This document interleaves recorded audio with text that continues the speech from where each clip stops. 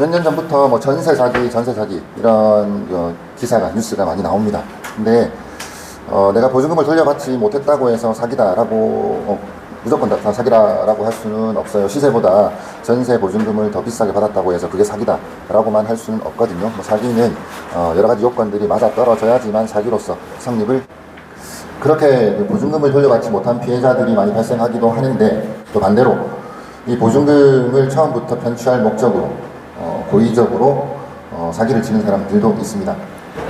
우리가 이런 사기이든 혹은 사기는 아니지만 내가 보증금을 돌려받지 못하는 경우들에 대한 대비를 하기 위해서는 여러 가지를 살펴봐야 되는데, 요즘 최근에 보면 신탁 등기되어 있는 부동산 때문에 피해자들이 많이 발생하기도 합니다. 그리고 우리 부동산 공인중개사 사무소 입장에서도 신탁 등기되어 있는 이런 물건들을 임대차 중개하면서 짚고 넘어가야 될 부분들을 확인하지 않기 때문에 부동산 사무실도 책임을 져야 되는 이런 일들이 생기기도 하거든요. 신탁 등기가 뭔지를 먼저 들여다보면, 신탁 등기가 믿고 맡기는 거죠. 금융사에서 내가 돈을 빌리고 싶어. 그런데 금융사 입장에서는 너한테 돈을 빌려주고 우리가 다 회수 가능해야 되는데, 혹시나 네가 우리한테 돈 빌리고 또 다른 데서 돈을 빌리든지 아니면 다른 데서 소유권 행사에 제한이 생길 수 있는 이런 압류라든지 가처분이라든지 가등기라든지 이런 게 들어올까봐 아예 그냥 신탁회사에다 소유권을 맡겨놔. 원소유주인 네가 사용, 수익, 처분하는데 일단 제약을 받을 수 있도록 네가 함부로 사용하거나 수익하거나 처분하지 못하도록 할 수 있는 안전장치인 신탁사에다가 이걸 신탁해라. 그러면 신탁사에서는 이 물건에 대한 소유권을 신탁사 앞으로 해놓고 수익증권이라는 걸 발행합니다. 그 수익증권을 금융사에 주면 걱정하지 마. 우리가 소유권을 우리 앞으로 했고 신탁사인 우리 앞으로 했고 만약에 니들이 빌려준 돈을 받지 못한다면 우리가 이걸 임의로 처분해가지고 공매를 통하든 어떤 절차를 통해서든 처분해서 니들이 받아야 될 돈을 우리가 니들한테 우선적으로 줄게. 이렇게 수익증권을 발행해줍니다. 금융사 입장에서는 안전할 수 있겠죠. 그렇게 신탁 등기를 하게 되는데, 법률상 소유주라고 보시면 돼요, 신탁사는. 그래서 실제 원 소유주는 신탁사가 아니라 등기부등본, 등기사항 정보 증명서에 보면 각부의 소유주가 신탁사 이름으로 뭐뭐 신탁 주식회사, 뭐뭐 신탁 주식회사 되어 있다 하더라도 그들이 원래 소유주는 아니고 이러한 이유 때문에 수탁받아서 신탁사 앞으로 등기를 해놨구나. 그러면 원 소유주는 누구냐? 그 신탁사 바로 앞에 있는 소유주, 등기부등본에 바로 위에 있는 소유주가 원 소유주라고 보시면 됩니다. 하지만 법률적이지만 소유주가 신탁사로 되어 있기 때문에 우리가 임대차 계약을 체결할 때는 원칙적으로는 등기부등본상 소유주인 신탁회사하고 임대차 계약을 체결하는 게 원칙이겠지만 신탁사가 그런 걸 대부분 하지 않습니다. 대부분의 경우에는 신탁사가 원 소유주인 당신이 임대인으로서 임대차 계약을 체결하기 전에 우리 동의를 받든지 아니면 사부에라도 동의를 받아야 됩니다라고 그렇게 약정을 냈습니다. 이 약정이 뭐냐면 신탁원부라는 곳에 약정의 내용들이 적혀 있습니다.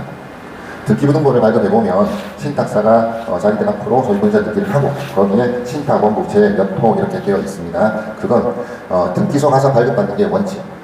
올해 언제부턴가는 인터넷으로 신청해서 이걸 우리가 받을 수 있습니다만 그건 시간이 좀 오래 걸리고 가까운 등기소 가서 신탁원부 발급 받으러 왔습니다 라고 하면 주소 불러주세요 라고 할 겁니다. 그러면 등기부 등본과 신탁원부를 발급해 줍니다. 그러면 거기에 신탁사와 원소유주, 위탁자죠. 위탁사 간에 어떠한 내용으로 계약을 했는지, 이 위탁사가 갚아야 될 돈은 얼마인지, 임대차 계약은 누구랑 체결해야 되는지, 임대차 계약을 신탁사와 체결하지 않고 위탁자와 체결을 한다면 어떠한 과정을 거쳐서 해야 되는지 이러한 내용들이 기재가 되어 있습니다.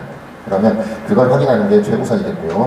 부동산 입장에서도, 중개하는 입장에서도 임차인한테 이건 신탁 등기되어 있는 물건이고 신탁 원부를 오늘자, 계약하는 날인 오늘자로 발급받아 보니 거기에는 이 임대인 위탁자가 갚아야 될 채무가 이 정도 금액이 있고, 임대차 계약은 위탁자의 원소유주랑 계약을 체결해도 된다고 되어는 있습니다. 하지만 요거 동의서, 신탁사도 이걸 동의한다는 동의서를 받아야 된다고 되어 있는데, 신탁사에 전화해서 확인해 보니 사부에 계약서 사본과 함께 보내줘도 가능하다라고 하니 그 절차에 따르시면 됩니다라고 우리는 안내해 줘야 되겠죠. 근데 여기서 문제가, 신탁 등기되어 있는 물건들은 예를 들어 신탁 원부를 확인해 보니 위탁자와 수탁자 사이 약정 내용에 신탁사가 임대차 계약은 위탁자인, 원소유주하고 임차인하고 계약을 체결해도 된다라고 적혀 있다 하더라도 신탁사가 그 내용에 동의를 했다 하더라도 신탁사가 보증금을 책임지지 않습니다. 니들끼리 계약하고 임대차 보증금 나중에 받지 못했을 때는 시행사 아닌 그 원소유주한테 달라고 해. 이게 대법원 판례에도 그렇게 나와 있어요. 그렇기 때문에 특별하게 임대차 계약은 원소유주인 위탁자와 임차인이 체결을 하도록 우리 동의했고 그 다음에 신탁사인 우리가 만약에 임대차 보증금을 반환받지 못했을 때는 신탁사인 우리가 책임지겠다라는 내용이 신탁원부에 기재되어 있지 않다면 그거는 그 세입자들이 돌려받지 못할 가능성이 굉장히 높아집니다. 시행사가 원소유주가 좀 어느 정도 자금력이 있고 탄탄한 회사라면 그 회사를 상대로 소송해서 돌려받을 수 있겠지만 많은 경우에 이 돈을 빌리는 입장에서 오죽하면 신탁까지 소유권까지 넘기면서 돈이 생기겠어요. 물론 일반적으로 돈이 있어도 그렇게 신탁을 하기도 합니다만 그렇지만 실무에서 보면 돈을 돌려받지 못할 가능성들이 많이 생기고 그리고 이렇게 신탁 등기되어 있는 물건들을 특별히 신탁사가 우리가 최우선 변제권 인정해줄게 라고 신탁원부 내용이 그렇게 약정이 되어 있지 않다면 최우선 변제 받지 못합니다. 그래서 신탁 등기되어 있는 물건들은 신탁원부를 반드시 확인해야 된다. 두 번째, 신탁사에 연락을 해서 임대차 계약을 체결할 건데 이거 원소유주하고 직접 임대차 계약을 체결하면 되는지 아니면 신탁사하고 계약을 체결해야 되는지 확인하셔야 되고 그 다음에 물어볼 필요가 있겠죠. 이렇게 임대차 계약을 체결할 때 이 보증금은 누구한테 보내야 되냐, 신탁사에 보내야 되냐, 임대인한테 보내도 되냐, 그리고 만약에 이게 문제가 되었을 때 신탁사 너희들이 책임을 져주냐 이걸 확인을 하셔야 되고 그 내용을 알고 우리가 임대차 계약을 체결을 하도록 도와줘야 하겠죠. 당사자 입장에서도 마찬가지이고 경매나 공매 만약에 이렇게 진행이 되었는데 위탁자가 재물을 상환하지 못해서 이거 신탁사가 직접 이거를 공매 처분하는 경우에 경매할 때도 팁이라고 표현을 하면 좀 그렇긴 합니다만 경매할 때 경매나 공매할 때도 신탁사가 보증금 재물을 책임지지 않습니다. 그러니 신탁사가 공매 절차를 개시해서 공매 낙찰을 받은 사람들은 기존의 경매나 아니면 매매할 때 이 경우와는 다르게 낙찰자가 임차인들이 보증금을 인수하지 않아.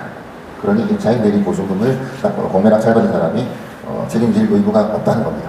그러니 이런 거는 그 임차인 입장에서도 알고 들어야 되고 또 우리가 혹시나 공매에 입찰을 하는 경우에도 요건은 신탁 등기되어 있는 물건이고 신탁 원고를 보니 신탁사가 임차인들이 보증금을 책임진다는 내용이 없구나. 그러면 내가 이걸 얼마의 공매 낙찰을 받아도 임차인들이 보증금을 내가 인수하지 않아도 되니 이런 것들은 어느 정도 금액으로 내가 입찰을 하면 되겠구나 라는 팁으로 활용하셔도 됩니다.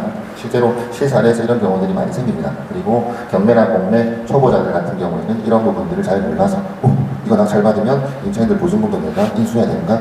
너무 비싸게 입찰하면 내가 나중에 더 떠나야 되는 그 보증금까지 하면 크게 손해를 볼 수 있겠네 라고 오해할 수도 있거든요. 그런 것들은 경매나 혹은 공매와도 연결되는 부분들이라서 말씀을 드렸습니다.